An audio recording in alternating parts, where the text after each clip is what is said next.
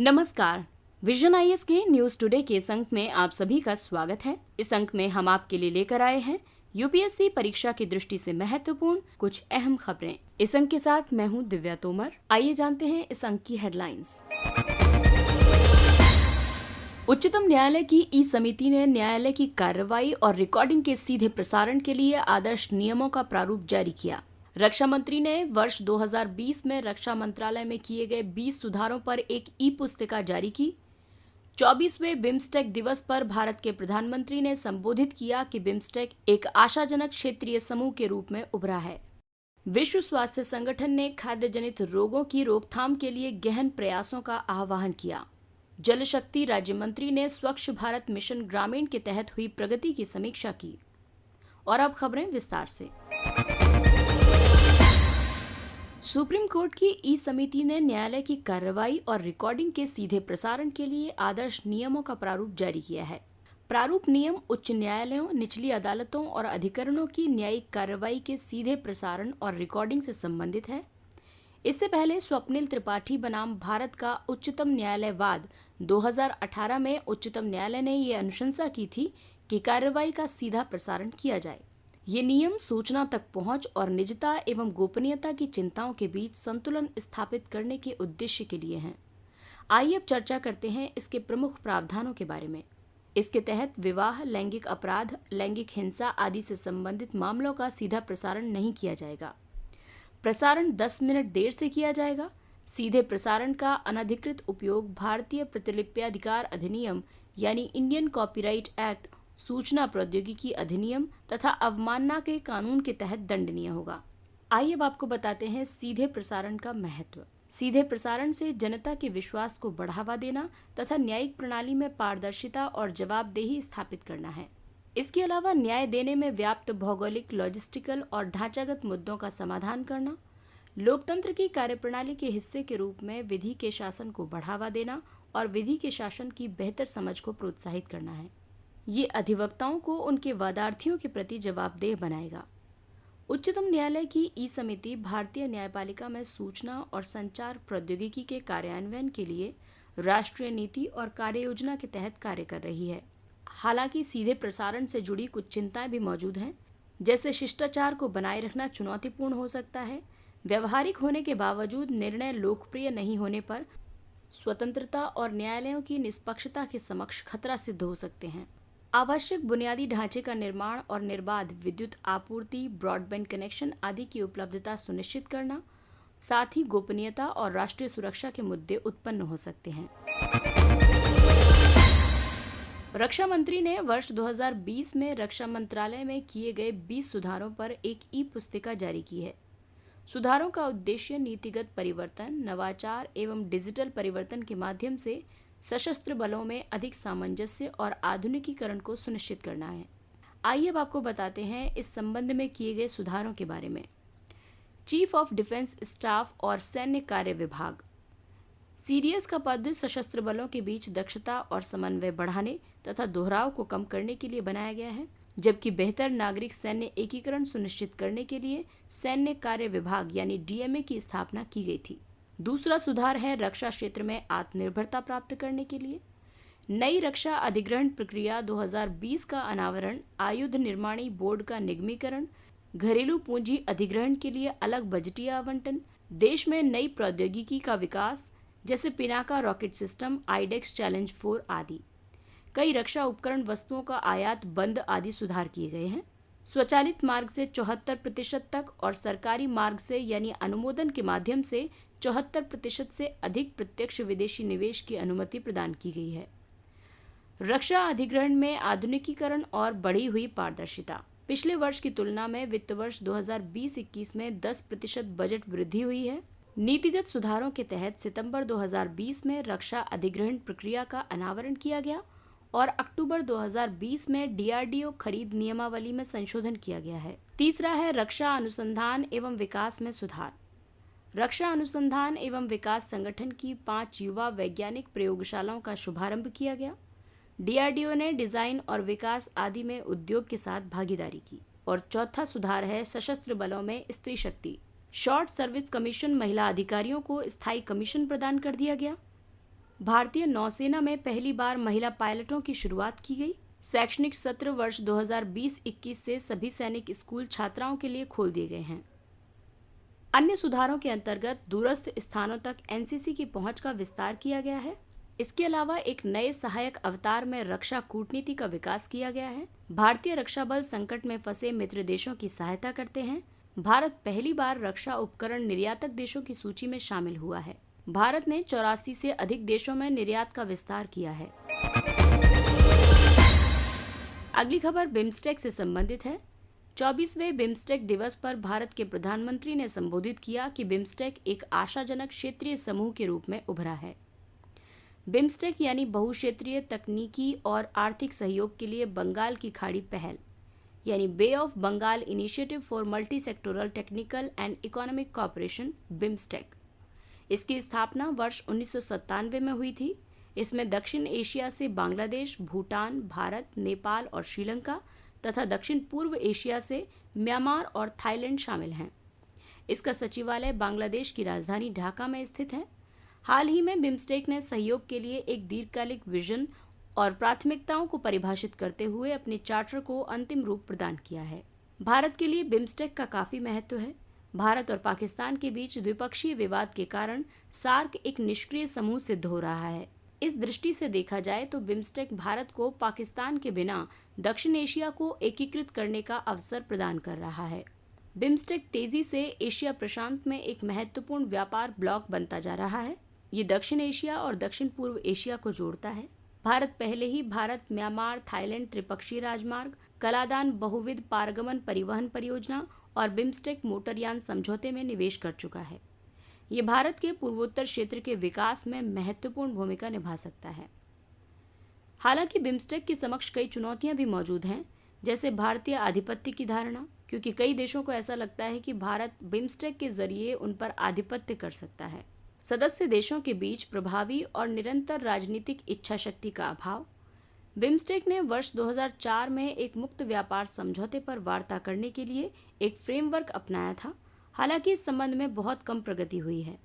भविष्य की परियोजनाओं के मार्ग में आने वाली क्षेत्रीय भू राजनीति से संबंधित चिंताएं भी विद्यमान हैं। अगली खबर स्वास्थ्य क्षेत्र से संबंधित है। विश्व स्वास्थ्य संगठन ने खाद्य जनित रोगों यानी एफबीडी की रोकथाम के लिए गहन प्रयासों का आह्वान किया। 7 जून को विश्व खाद्य सुरक्षा दिवस पर विश्व स्वास्थ्य संगठन की दक्षिण पूर्व एशिया क्षेत्र की इकाई ने खाद्य जनित रोगों यानी एफबीडीज के जोखिम की रोकथाम, पता लगाने और प्रबंधित करने के लिए संपूर्ण समाज द्वारा गहन प्रयास करने का आह्वान किया है। एफबीडीज विश्व स्तर पर 600 मिलियन लोगों को प्रभावित करते हैं। दक्षिण पूर्व एशिया क्षेत्र एफबीडीज रुग्णता के वैश्विक बोझ का 1/4 और एफबीडी मृत्यु दर का लगभग 42% वहन करता है। एफबीडीज पर भारत को वार्षिक लगभग 15 बिलियन अमेरिकी डॉलर की लागत आ रही है। एफबीडीज भोजन के संदूषित होने के कारण होते हैं तथा खाद्य उत्पादन, वितरण और उपभोग श्रृंखला के किसी भी चरण में हो सकते हैं। एफबीडीज के लिए उत्तरदायी कारकों में पर्यावरण प्रदूषण, असुरक्षित खाद्य भंडारण और प्रसंस्करण, जटिल खाद्य श्रृंखला आदि शामिल है। एफबीडीज में डायरिया से लेकर कैंसर तक कई प्रकार की बीमारियां शामिल हैं। खाद्य सुरक्षा के लिए भारतीय खाद्य संरक्षा और मानक प्राधिकरण फसाई ने कई कदम उठाए हैं, जैसे नकारात्मक पोषण प्रवृत्तियों को कम करने के लिए ईट राइट मूवमेंट संचालित किया गया है। पूजा स्थलों पर खाद्य सुरक्षा और स्वच्छता को प्रोत्साहित करने के लिए blissful hygienic offering to God यानी भोग पहल आरंभ की गई है। स्वच्छता रेटिंग योजना उपभोक्ताओं को उन बाह्य स्थानों के बारे में सूचित विकल्प के चयन में सक्षम बनाती है जहां पर वे भोजन ग्रहण करते हैं। खाद्य सुरक्षा अनुपालन प्रणाली यानी फूड सेफ्टी कंप्लायंस सिस्टम फोस्कॉस फसाई के सभी विनियामक और अनुपालन कार्यों के लिए वन स्टॉप पॉइंट है। आइए अब आपको बताते हैं कि खाद्य जनित रोगों का किस प्रकार वर्गीकरण किया जाता है।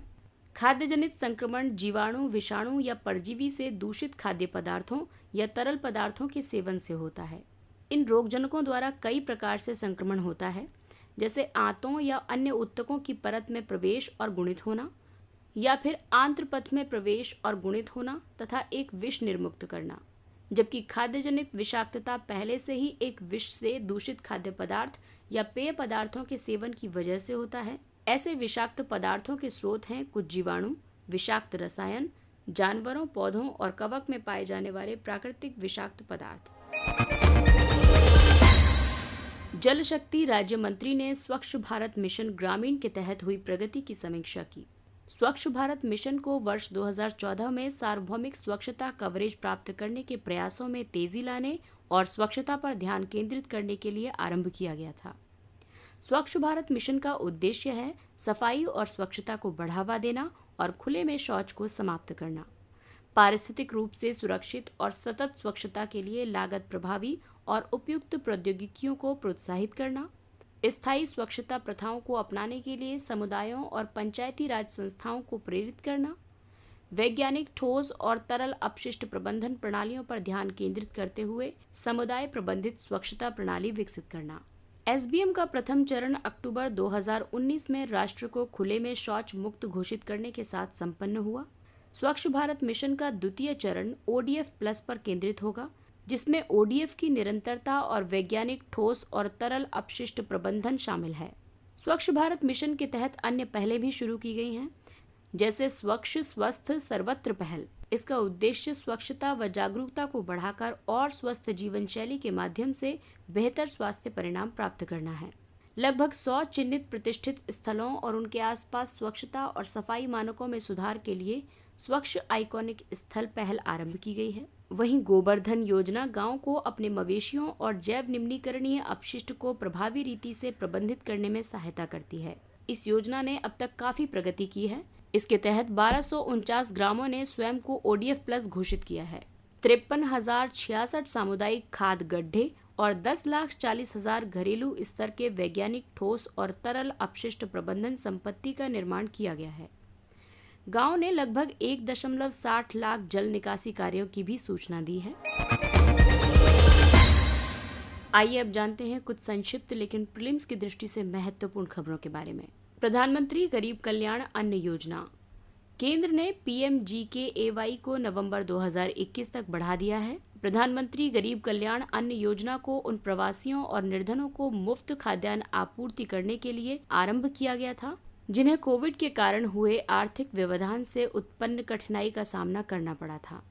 इसके अंतर्गत राष्ट्रीय खाद्य सुरक्षा अधिनियम के तहत पंजीकृत 80 करोड़ लाभार्थियों को राशन की दुकानों के माध्यम से प्रतिमाह 5 किलोग्राम अतिरिक्त मुफ्त गेहूं या चावल के साथ 1 किलो मुफ्त दाल प्रदान की जाएगी। राष्ट्रीय खाद्य सुरक्षा अधिनियम के तहत खाद्यान्न जैसे चावल 3 रुपए किलो, गेहूं 2 रुपए किलो और मोटा अनाज 1 रुपए प्रति किलोग्राम की रियायती कीमतों पर उपलब्ध कराया जाना है। सरकार के गैर कर राजस्व में भारतीय रिजर्व बैंक द्वारा किए जाने वाला हस्तांतरण सर्वाधिक है। गैर कर राजस्व यानी एनटीआर कर के अलावा अन्य स्रोतों से अर्जित सरकार की आवर्ती आय है। इसके स्रोत हैं राज्यों और संघ शासित प्रदेशों को दिए गए ऋण का ब्याज, सार्वजनिक क्षेत्र उद्यमों से लाभांश और लाभ के साथ साथ आरबीआई से अधिशेष का हस्तांतरण, पेट्रोलियम लाइसेंस जो कि अन्वेषण या उत्पादन के लिए दिया जाता है, विद्युत आपूर्ति शुल्क, संचार सेवाओं पर शुल्क, प्रसारण पर शुल्क, सड़क और पुल का उपयोग शुल्क, परीक्षा शुल्क जैसे यूपीएससी और एसएससी द्वारा एकत्रित, प्रशासनिक सेवाएं एवं पुलिस सेवाएं, स्टेशनरी, गैजेट्स आदि की बिक्री, रक्षा सेवाओं से संबंधित प्राप्तियां इत्यादि। भारत का प्रथम अंतर्राष्ट्रीय समुद्री सेवा cluster IMSC. Gujarat maritime board Gujarat international finance tech city में प्रथम आईएमएससी स्थापित करेगा। गिफ्ट सिटी भारत का एकमात्र स्वीकृत आईएफएससी यानी अंतर्राष्ट्रीय वित्तीय सेवा केंद्र है जो गुजरात के गांधीनगर में स्थित है। आईएमएससी को एक समर्पित पारितंत्र के रूप में विकसित किया जाएगा। इसमें बंदरगाह, शिपिंग, लॉजिस्टिक्स, सेवा प्रदाता और समुचित सरकारी विनियामक शामिल होंगे जो सभी गिफ्ट सिटी के एक ही भौगोलिक क्षेत्र में मौजूद हैं। ये समुद्री क्षेत्र में प्रतिस्पर्धात्मकता, व्यवसाय करने में सुगमता और आत्मनिर्भरता बढ़ाने में मदद करेगा। आइए अब बात करते हैं सुर्खियों में रही जल विद्युत परियोजनाओं के बारे में। रतले जल विद्युत परियोजना ये एक रन ऑफ द रिवर परियोजना है जो जम्मू और कश्मीर के किश्तवाड़ जिले में चिनाब नदी पर स्थित है।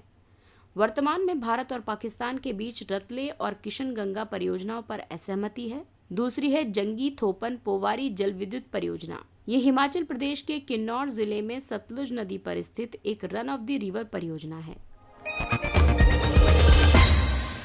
समुद्री स्नॉट। काला सागर को एजियन सागर से जोड़ने वाले तुर्की के मार्मरा सागर में सी स्नॉट का सबसे बड़ा प्रकोप देखा गया है।